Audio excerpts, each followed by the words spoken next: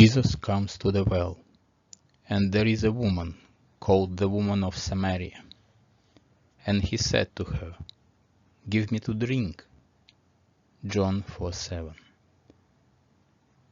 Then says the woman of Samaria unto him, How is it that thou, being a Jew, askest me to drink, which am a woman of Samaria?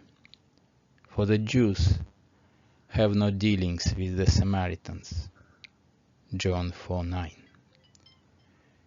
Jesus answered and said unto her, If thou knewest the gift of God, and who is it that says to thee, Give me to drink, thou wouldest have asked of him, and he would have given thee living water.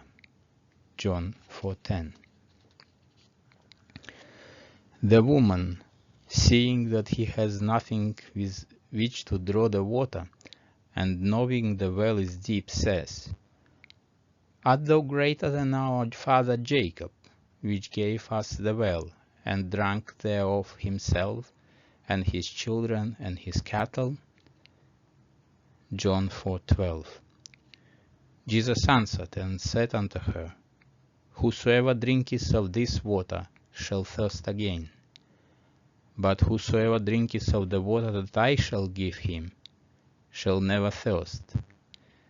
But the water I shall give him shall be in him a well of water, springing up into everlasting life. John 4:13-14. Then he tells her all concerning herself, and asks her to go and call her husband. She answered and said, I have no husband. John 4:17. Jesus said unto her, Thou hast said well, I have no husband. For thou hast had 5 husbands, and he whom thou now hast is not thy husband. John 4:17-18. The woman, knowing this to be true, goes into the marketplace and tells the other, I have met the Messiah. They asked her, How do you know you have met the Messiah? Because he told me all things that I have ever done, she replies. Here is a focus that takes in the entire past at least, and tells her how, and tells her now concerning the future. Continuing with the story, the disciples came to Jesus and say, Master, eat. John 4:31. But he said unto them, I have meat to eat that ye know not of. John 4:32. When they speak of a harvest in 4 months, Jesus replies, Say not, there are yet 4 months, and then cometh harvest. Behold, I say unto you, lift up your eyes, and look on the fields, for they are white already to harvest. John 4:35. He sees things that people wait for months for, or wait for years for. He sees them as now, in a dimensionally larger world, existing now, taking place now. Let us go to the first part of the story. The woman of Samaria is the 3-dimensional you, and Jesus at the well is the 4-dimensional you. The argument starts between what you want to be and what reason tells you that you are. The greater you tells you that if you would dare assume you are already what you want to be, you would become it. The lesser you, with its limited focus, tells you why you haven't a bucket, you haven't a rope, and the well is deep. How could you ever reach the depth of this state without the means to that end? You answered, say, if you only knew who asks of you to drink, you would ask of him. If you only knew what in you, in yourself, is urging upon you the embodiment of the state you now seek, you would suspend your little sight and let him do it for you. Then he tells you that you have 5 husbands, and you deny it.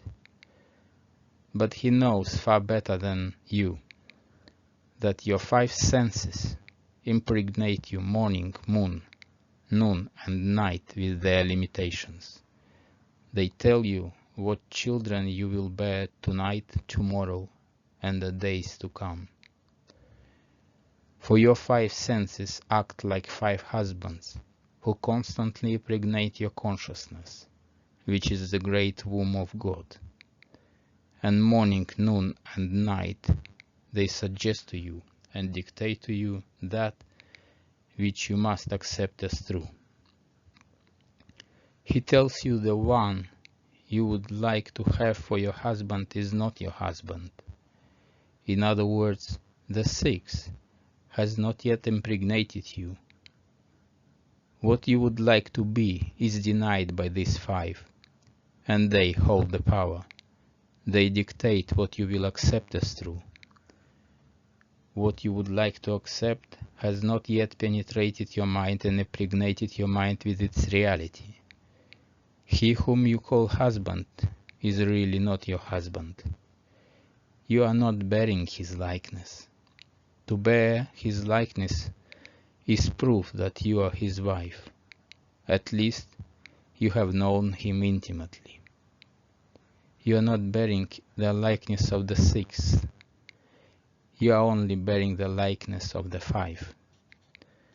Then one turns to me and tells me all that I have ever known.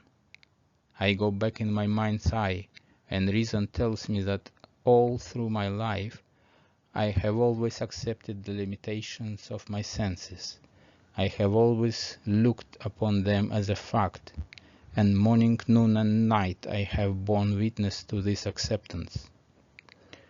Reason tells me I have only known these 5 from the time I was born. Now I would like to step outside the limitation of my senses, but I have not yet found within myself the courage to assume I am what these 5 would deny that I am.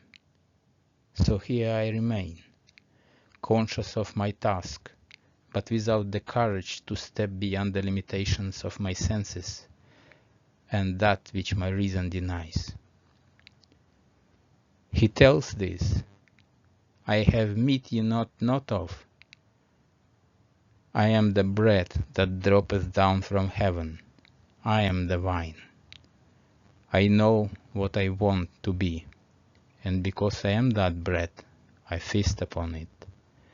I assume that I am, and instead of feasting upon the fact that I am in this room talking to you, and you are listening to me, and that I am in Los Angeles, I feast upon the fact that I am elsewhere, and I walk here as though I were elsewhere, and gradually I become what I feast upon.